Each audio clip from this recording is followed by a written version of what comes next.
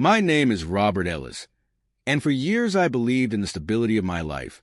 A good job as a logistics supervisor in Columbus, a comfortable home in a quiet suburb, and a family that was my pride and joy. My wife, Melissa, and I had built a world based on trust and routine. I'd work long hours knowing that at home, everything was as it should be. I never suspected that while I was away at the office, a man next door would gradually erode the foundation of our marriage. It started subtly. I remember the first time I noticed our neighbor, Greg, lingering around our backyard. At first, it was innocent enough. He'd come by to borrow a cup of sugar or ask a quick favor. But soon, his visits became more frequent, and I began hearing from Melissa that he had dropped by unexpectedly. I brushed it off, trusting her explanation that Greg was simply friendly and helpful. After all, in our close-knit community, neighbors were always there for each other, but as the months passed, I started noticing small inconsistencies. Melissa's excuses grew thinner. There were days when she came home later than usual, even when I had seen her leave for work on time. I'd catch her on the phone, her voice soft and secretive, and I couldn't help but wonder, why was Greg visiting so often? Initially, I chalked it up to friendly neighborliness. Greg was well-liked around the block and known for his gregarious nature. Still, an uneasy feeling began to gnaw at me one late afternoon. As I was finishing up at work, I called home and heard a soft, husky laugh on the answering machine, an unfamiliar sound that I wasn't used to. I listened, and it was Melissa's voice, followed by another man's low tone. My stomach dropped. My mind raced with possibilities. But I forced myself to remain calm. I told myself I might be overreacting, that maybe I was misinterpreting a harmless conversation. But deep down, I knew something was wrong that night. After our daughter had been tucked in, I confronted Melissa. "Honey, I've noticed Greg's been coming over a lot lately. Is everything all right?" She hesitated, her eyes avoiding mine. "Oh, it's nothing, Robert. He's just a friendly neighbor. Always around to lend a hand," she said, forcing a smile. I wanted to believe her. I wanted our life to remain as perfect as I always thought it was. But the nagging feeling wouldn't subside, unable to shake the unease. I began discreetly gathering details. I asked a few neighbors about Greg's visits. Most said nothing out of the ordinary. Greg was known for his generosity. However, one neighbor mentioned that on several occasions, Melissa and Greg were seen talking in hushed tones by the side of the house. That simple remark planted a seed of suspicion that quickly grew into a towering doubt. For the next few weeks, I kept a close watch without her knowing. I started arriving home a few minutes earlier from work, just to catch a glimpse of what was happening. And each time, my heart sank a little more. I'd see Melissa laughing, smiling, and sometimes I even caught a glimpse of a hand reaching out to meet Greg's. The once innocent neighbor had transformed in my eyes into the face of betrayal. One chilly evening, I arrived home a bit earlier than usual.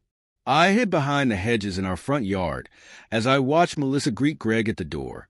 They exchanged a lingering embrace that went far beyond a casual handshake. The sight made my blood run cold.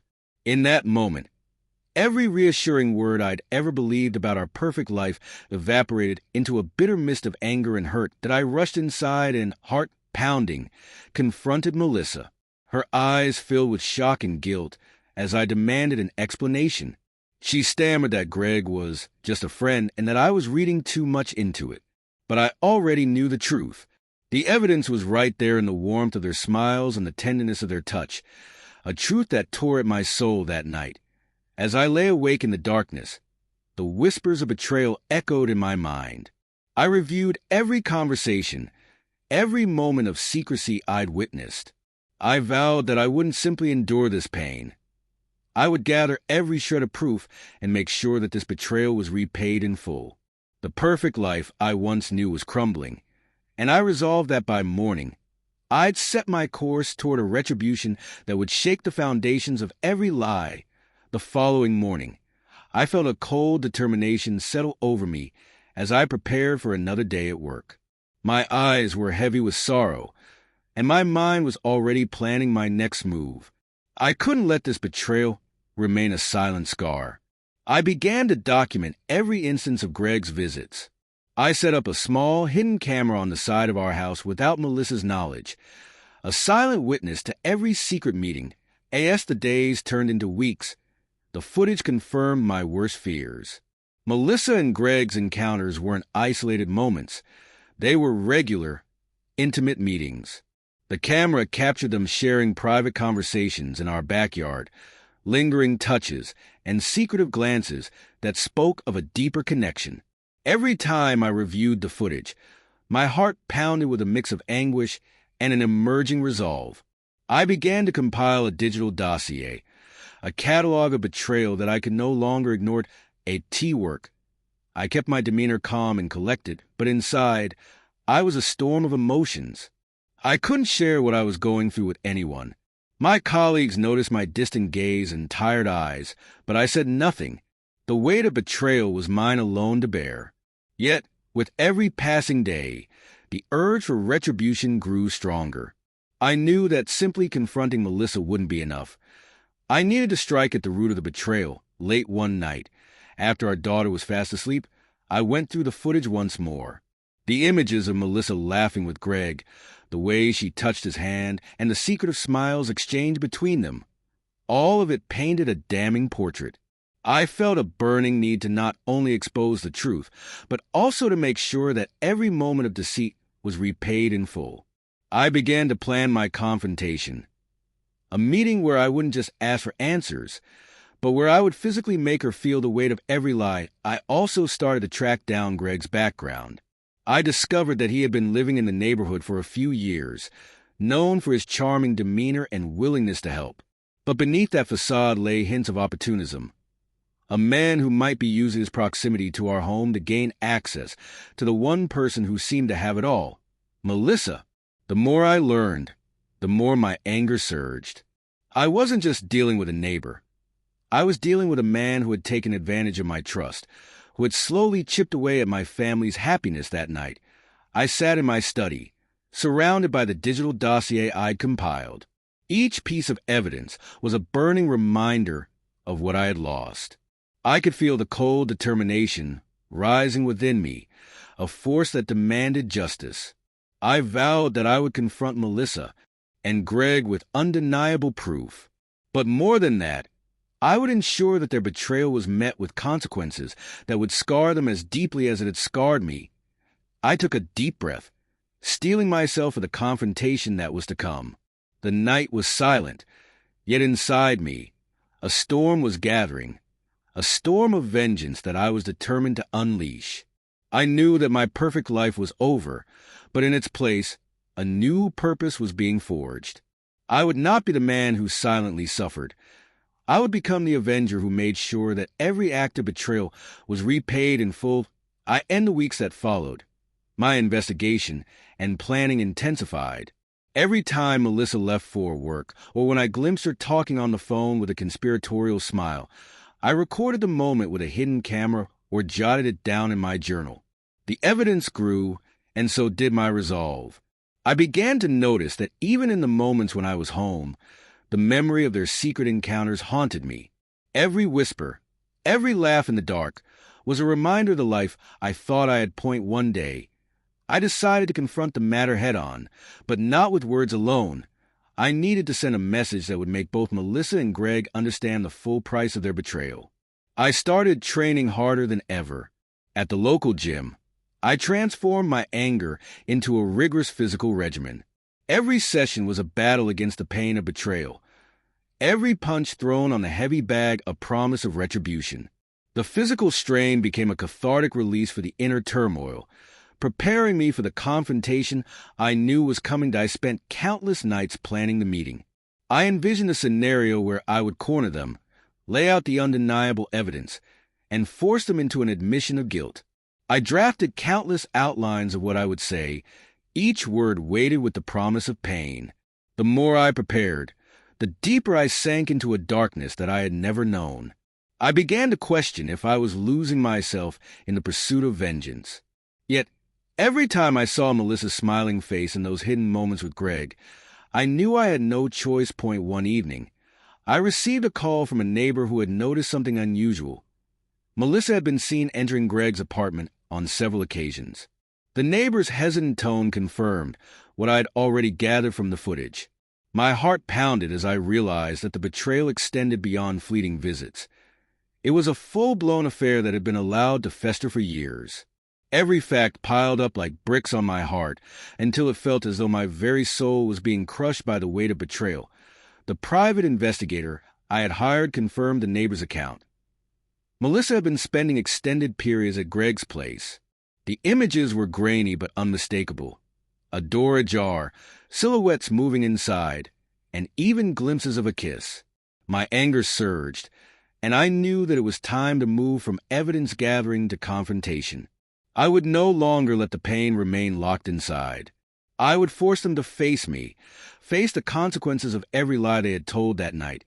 I sat at my desk, surrounded by photos, call logs, and my detailed journal. I formulated a plan. First, I would confront Melissa in private. Then, I would ensure that Greg understood the full extent of his transgressions. I wasn't looking for a quiet resolution. I was looking for retribution. I would make them both pay for every moment of deception, every second that I was left in darkness while they built a secret life behind my back. I closed my eyes, feeling the weight of my resolve. I knew that once I crossed the line, there would be no going back. I had become a man driven by the need to reclaim his honor, a man who would let nothing stand in the way of retribution. And so, with every piece of evidence blazing in my mind, I prepared to step into the storm, knowing that the confrontation would be brutal, but necessary. The day of confrontation arrived on a drizzly afternoon. I had decided that it was time to force Melissa to face the truth. I waited until our daughter was asleep, and then called her into the living room. The room was dimly lit, the atmosphere heavy with the anticipation of what was to come. I laid out the evidence on the coffee table, printed screenshots of text, the surveillance footage, and even the journal documenting every suspicious moment. My voice was low, measured, but laced with the unmistakable edge of impending retribution. "Melissa," I said, "explain this." Her eyes, once warm and trusting, now shimmered with fear and regret. For a long, agonizing minute, silence reigned between us. Then, with tears streaming down her face, she began to confess, a fragmented, broken admission of a life she'd built in secret. She spoke of loneliness, of seeking validation, and of the comfort she found in Greg's arms. Every word cut me like a knife.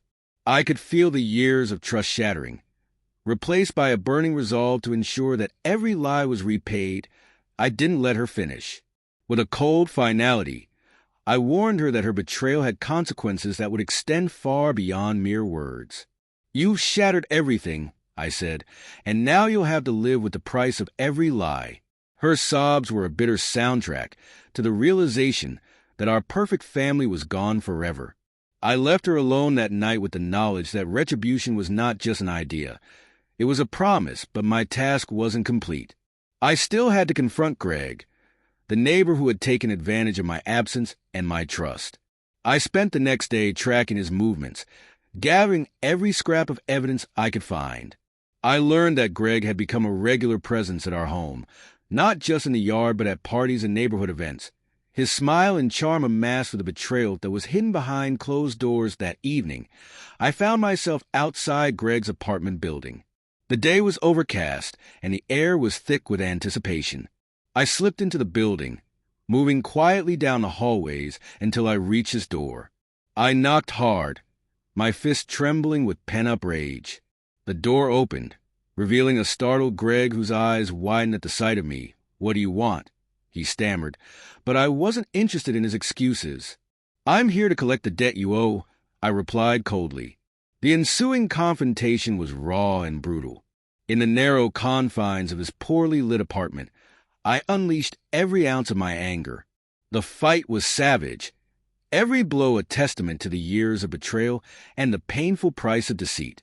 Greg tried to defend himself, but my fury was unrelenting, and I left him battered on the floor, a symbol of the consequences of his actions. When I finally stepped back out into the rain-soaked street, I felt a fleeting sense of grim satisfaction. I had confronted the man who had invaded my family's sanctity, and in doing so, I had taken one step closer to reclaiming my honor. But as I drove home later that night, the rain washing away the traces of violence, I knew the path of retribution was far from over. I am the aftermath of the confrontations. Our home became a mausoleum of broken trust and unsaid words. Melissa retreated into herself, her eyes haunted by the weight of her confession, while I found no solace in the silence that filled every room. Our daughter, oblivious to the undercurrents of adult betrayal, continued to play, her innocence a painful contrast to the bitterness that had consumed our lives. I spent endless hours poring over the evidence once more, each piece a reminder of the years of deceit and the price that had been paid. Every photograph, every text, every moment captured by my hidden camera became a scar that I carried with me. I realized that my quest for vengeance had changed me. I was no longer the man who had once believed in the sanctity of family. I had become an avenger, a man whose identity was now forged in the crucible of betrayal and retribution. Yet, in the quiet moments before dawn, I found myself wrestling with a nagging question. Could I ever reclaim the life that had been so thoroughly destroyed? The physical wounds would heal, but the emotional scars ran deep. I tried to remember the man I once was, the husband who believed in forgiveness, who trusted unconditionally. But the memories were fading, replaced by a hardened resolve. One rainy morning, as I sat alone in the darkened kitchen, I read over the dossier one final time. The evidence was irrefutable, and the path ahead was clear. I would ensure that every person involved in this web of betrayal would pay the price. I began contacting others who had suffered from Melissa's deceptions, gathering their stories as if they were pieces of a larger puzzle of retribution. My world had shrunk to a singular focus: the elimination of every lie that had torn my life apart. With each passing day, I trained harder, my workouts a relentless reminder of the strength I needed to continue this battle. I visited the gym, the running track, and even the boxing ring, each session feeding the fire of my determination. I knew that the journey of vengeance was a lonely one, but I was resolved to see it through until every traitor was held accountable. Night, as I drove along deserted highways under a stormy sky, the rain blurred the lights into streaks of memory, and I couldn't help but wonder if the price of retribution would eventually consume me. But I pressed on, fueled by the bitter knowledge that trust, once shattered, could never be mended. Finally, one final confrontation loomed on the horizon, a chance to put an end to this cycle of betrayal once and for all. I planned meticulously, knowing that the stakes were higher than ever.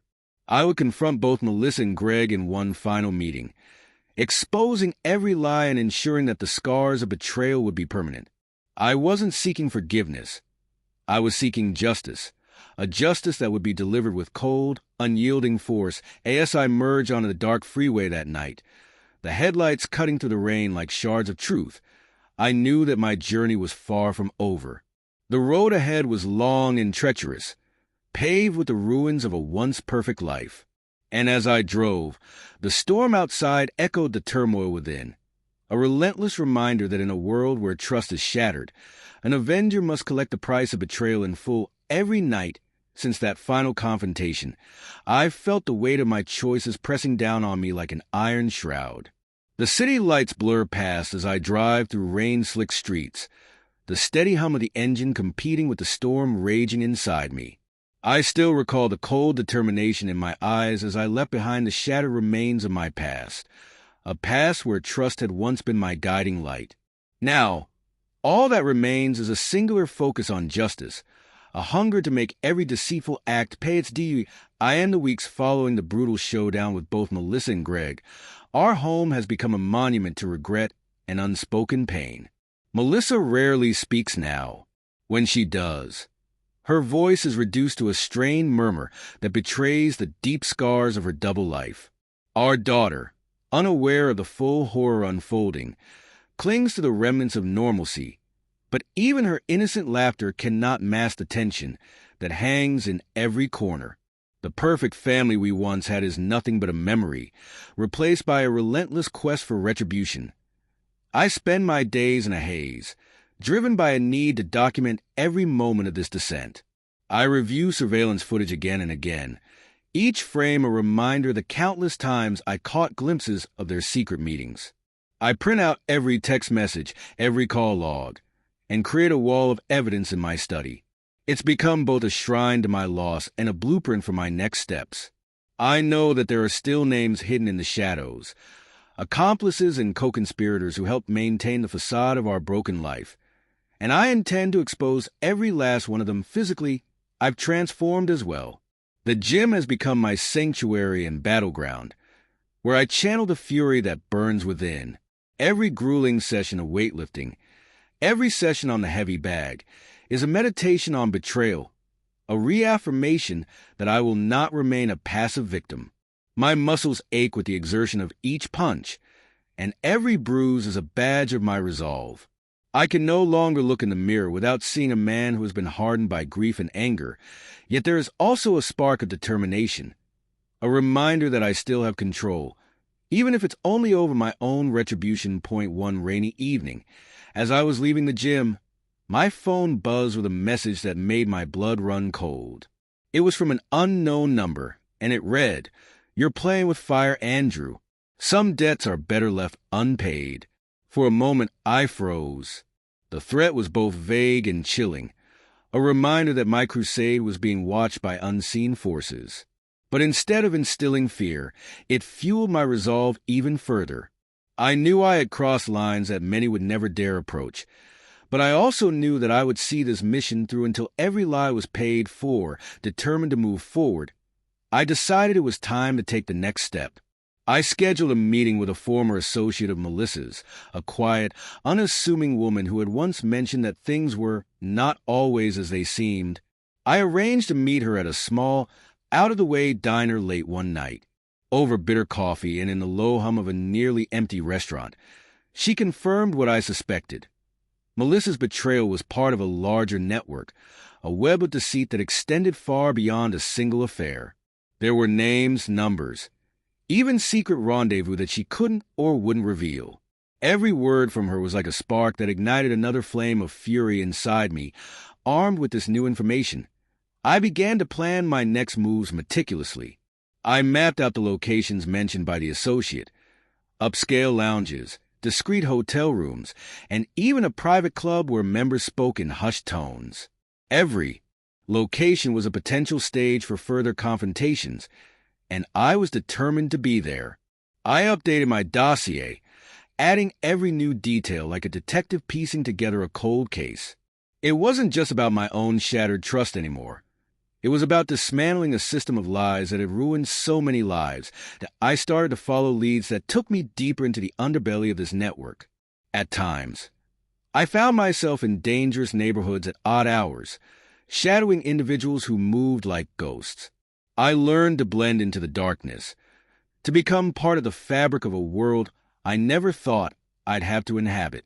Every step, every whispered conversation, confirmed that betrayal was a currency in this hidden world, and I was determined to collect the full debt yet. As the nights grew colder and the stakes higher, I couldn't help but question if my pursuit of vengeance was consuming me. In the quiet solitude of my own thoughts, I saw flashes of the man I used to be, the loving husband, the caring father, and wondered if that part of me was lost forever. But then I remembered the pain, the relentless betrayals that had shattered my life, and I steeled my resolve. The cost of trust, once broken, is eternal, and I had no choice but to ensure that every traitor paid that price. As I drove down a deserted highway one stormy night, the rain blurring the road ahead, I resolved that I would press on regardless of the darkness that awaited me. I knew that the journey was far from over, that the network of deceit still lurked in the shadows, and that my mission had only just begun. With each passing mile, I promised myself that no one would ever get away with betraying the sanctity of a family. In a world where trust is shattered, an avenger must be willing to walk alone, to fight until every lie is exposed and every traitor faces the ultimate reckoning. And so, with the storm outside echoing the turmoil within, I merge onto the highway with a heavy heart and a mind set on a single unyielding goal: to ensure that every stolen moment of betrayal was repaid in full, and that my family's honor, however broken, was avenged, no matter the cost.